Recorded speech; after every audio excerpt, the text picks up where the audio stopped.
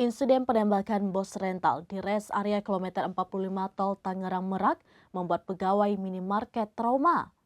Diketahui insiden itu terjadi di depan minimarket di res area tersebut.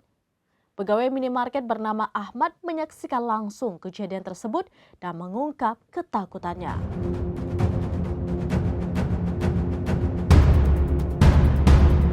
Insiden penembakan bos rental di res area kilometer 45 Tol Tangerang Merak membuat pegawai minimarket trauma. Diketahui insiden itu terjadi di depan minimarket di res area tersebut. Pegawai minimarket bernama Ahmad menyaksikan langsung kejadian tersebut dan mengungkap ketakutannya. Ia mengaku sangat trauma dan tidak ingin mengingat kejadian tersebut lagi. Ahmad juga mengungkap sebelum insiden terjadi, korban yaitu Ilyas sempat menanyakan lokasi toilet padanya. Namun ia menjawab tidak ada toilet di dalam minimarket sehingga Ilyas keluar menuju lokasi toilet. Namun tidak lama kemudian terdengar keributan hingga peristiwa penembakan pun terjadi.